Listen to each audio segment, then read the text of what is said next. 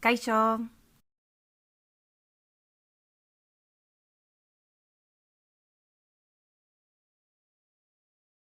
Munduan paisaia ezberdinak daude.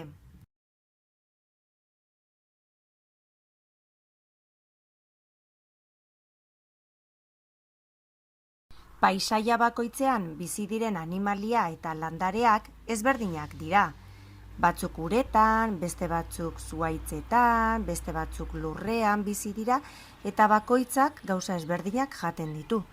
Horri ekosistema deitzen zaio. Lehenengo gure inguruko paisaiak ikusiko ditugu eta gero urruneko paisaiak. Prest? Aurrera! Ze paisaiak ikusten ditugu gure inguruan? Leihotik begiratu eta fijatu. Paseoan zoazienean, behatu ondo zer ikusten duzuen. Eta pentsatu apurtxo batia. Mendiak, basoa, zelaia edo landa, erreka, padura, hondartza,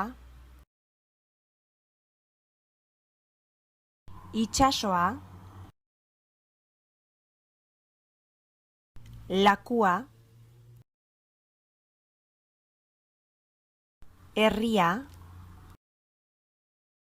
Orain, hemendik urrun dauden ekosistemak ikusiko ditugu.